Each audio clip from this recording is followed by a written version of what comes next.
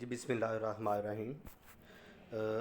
ICS part two हमने जो है वो लास्ट लेक्चर्स में हमने जो प्रीवियसली हमने रिसेंटली लेक्चर्स में हमने चैप्टर नंबर 10 जो हमने शुरू किया हुआ था, जिसकी कुछ जो है वो चैप्टर नंबर 10 की हमने इसमें देखें तो हमने जो चैप्टर नंबर 10 नॉर्मल डिस्ट्रीब्यूशन क्या है उसके हमने question number 1 define normal distribution वो हमने पढ़ा था।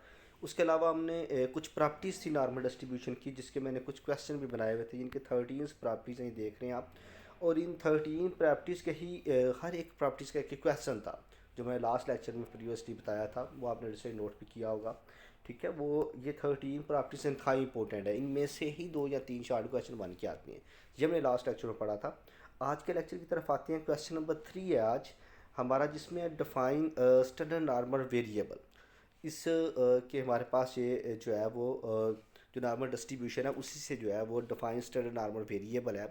यानी कि आपने इनकी ना जो क्वेश्चंस है उनमें डिफरेंशिएट आपने खुद ही देखनी है ज़रा कि वो नॉर्मल डिस्ट्रीब्यूशन है, ये क्या है, स्टैंडर्ड नॉर्मल वेरिएबल है। कहते हैं ये नॉर्मल ए रैंडम वेरिएबल, यानी कि जैसे निकालें a normal random variable x with the mean mu, यानी कि म्यू को हम ही मीन कहते हैं, एंड स्टैंडर्ड डेविएशन सिग्मा, यानी कि सिग्मा स्केयर हो तो वेरियंस हो जाता है, खाली सिग्मा है तो वो स्टैंडर्ड डेविएशन होता है।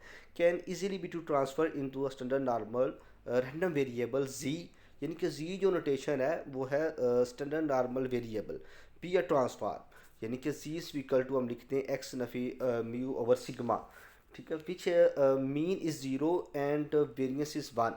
अगर मीन हमारे पास ज़ीरो और वेरियंस वन हो तो जी हम इक्वल टू इसके कर दें एक्स नफी म्यू ओवर सिग्मा, तो ये हमारे पास बन जाता है हमारा स्टैंडर्ड नॉर्मल वेरिएबल। ठीक है, यानी कि हम उसी को स्टैंडर्ड नॉर्मल जो डिस्ट्रीब्यूशन है उसी को ट्रांसफ़र करते हैं इसमें स्टैंडर्ड नॉर्मल वेरिएबल में।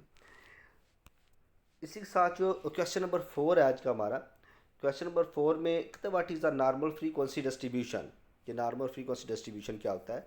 ये बेसिकली जो नॉर्मल डिस्ट्रीब्यूशन है उसी को हम कैपिटल एन से, नंबर ऑफ ऑब्जर्वेशन जो है पॉपुलेशन की कैपिटल एन, उससे हम मल्टीप्लाई कर दें तो नॉर्मल फ्रीक्वेंसी डिस्ट्रीब्यूशन बन जाता है।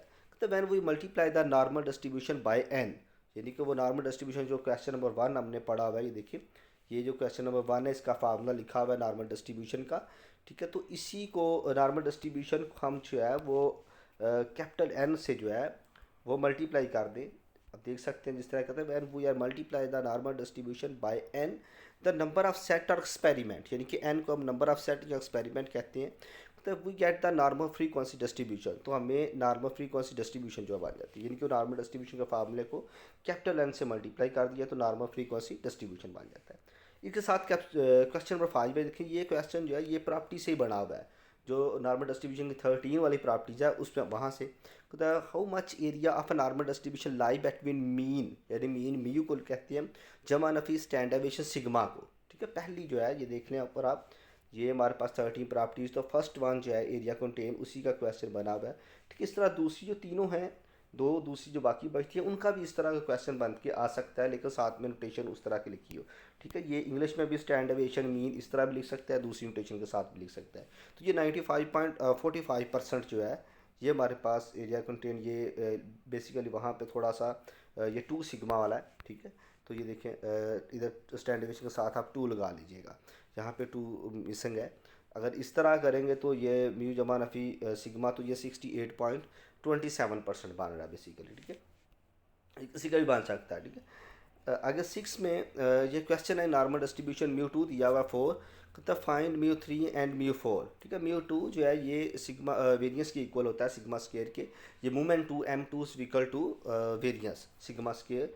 तो जो m2 है वो हमारे पास वैल्यू 4 है, तो m2 की 4, और हमने आगे डिस्ट्रीब्यूशन पढ़ा म्यू 3 इज इक्वल टू 0 कैसे हो गया, ये हमने प्रॉपर्टी जो है नॉर्मल डिस्ट्रीब्यूशन की उसमें पढ़ा था, all odd order movements about mean are 0। तो mu 1 mu 3 mu 5 mu 7 is equal to 0, so on जो है वो म्यू 3 यहाँ पे जो है वो क्या हो जाएगा हमारे पास 0 हो जाएगा। ठीक है, और आगे जो है वो हमारे पास जो वैल्यू फाइंड की या म्यू 4 की, तो म्यू 4 की वैल्यू हमने फाइंड करनी है, तो म्यू 4 इक्वल होता है 3, इसका ये फार्मूला है म्यू 4 का 3 सिग्मा की पावर 4। ठीक है, तो सिग्मा 2 हमने पढ़ा, म्यू 2 जो है वो सिग्मा 2 के इक्वल होता है, ऊपर ये उसकी वैल्यू कितनी है 4, तो 4 का स्केल ले लिया, 3 साथ में फार्मूले वाला, तो 4 का स्केल 16, 3 के साथ मल्टीप्लाई करेंगे तो हमारे पास म्यू 4 जो है वो 48 आ जाएगा। हाई इंपॉर्टेंट क्वेश्चन है ये। उसके बाद क्वेश्चन नंबर 7 है, कहता है what is the range of normal distribution and what is the shape of its curve. ये भी प्रॉपर्टीज़ में से ही क्वेश्चन बना हुआ है कि उसकी रेंज क्या है और उसकी शेप क्या है। कहते हैं it is a range from a negative infinity to positive infinity and it's curve is a bell shape symmetrical and supporting the x axis. ये देखिए जब हम प्रॉपर्टीज़ को देखा जाए पहले वाली तो it's a bell shape symmetrical distribution और उसकी रेंज जो है negative infinity to positive infinity जिसको हम लिमिट भी कहते हैं। तो सिंपल उसी से ये मतलब जो है वो ड्राइव हुआ है। नीचे जो है वो in the normal distribution Q1 दिया हुआ है, Q3 दिया हुआ है, find the mean and standard deviation. ये means equal to Q1 plus Q की मीन्स इक्वल होता है Q2, यानी कि जब Q1 और 3 दिया हुआ है उसका Q2 निकालना है, दोनों को जमा करके जैसे मिड पॉइंट निकालते हैं तो Q1 Q3 को जमा करके 2 पे डिवाइड करेंगे तो हमारे पास मीन आ जाएगा 18 प्लस 17 डिवाइड बाई 2 तो 12.5। इस तरह Q1 का ये भी प्रॉपर्टी में फार्मूला लिखा हुआ है, ठीक है। Q1 equal to mu Nafi 0.6745 sigma. Basically यहाँ से हम जो है वो स्टैंड डेविएशन सिग्मा निकालना चाह रहे हैं। तो Q1 की वैल्यू 8 है, म्यू की मीन की वैल्यू हमने ऊपर निकाली है 12.5, वो यहाँ पे लगा ली है, ठीक है। और इसकी कैलकुलेशन करके हमने सिग्मा निकाल लिया। आगे normal distribution is a symmetrical explain it. कहता है नॉर्मल डिस्ट्रीब्यूशन सिमेट्रिकल क्यों होती है, इसको एक्सप्लेन करें। हाई इंपॉर्टेंट क्वेश्चन है ये भी। इस चैप्टर के जितने भी क्वेश्चन हैं हाई इंपॉर्टेंट है। उनके इस पेयर में जो जिस यानी कि एक ग्रुप होता है जिसमें पूरे यानी कि आपके पास 12 क्वेश्चन होंगे जिसमें से आपने 8 करने हैं, तो उसमें 10 जो चैप्टर है इसके शॉर्ट क्वेश्चन का हिस्सा तकरीबन ऑलमोस्ट 6 क्वेश्चन शॉर्ट क्वेश्चन इसके होते हैं, ठीक है। यानी कि आप कह रहे हैं कि 5 to 6 शॉर्ट क्वेश्चन लाजमी इसके होते हैं। तो ये इसका हर एक क्वेश्चन जो है हाई इंपॉर्टेंट है। इसमें नॉर्मल डिस्ट्रीब्यूशन सिमेट्रिकल की होती है एक्सप्लेन करना आपने।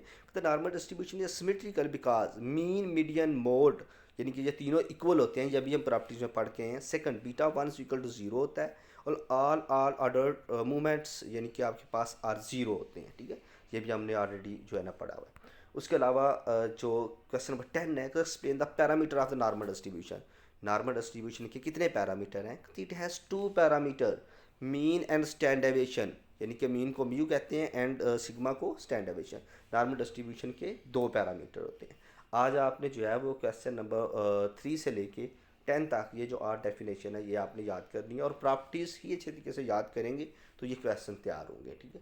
तो जितना पीछे पढ़ा हुआ है आप उसको रिवाइज़ कीजिएगा। नेक्स्ट इंशाल्लाह जो आगे एग्जाम्पल रखी है कोई डेफिनेशन है तो उसको हम नेक्स्ट जो है वो पढ़ेंगे नेक्स्ट लेक्चर में। ओके, अल्लाह हाफिज़ बच्चों।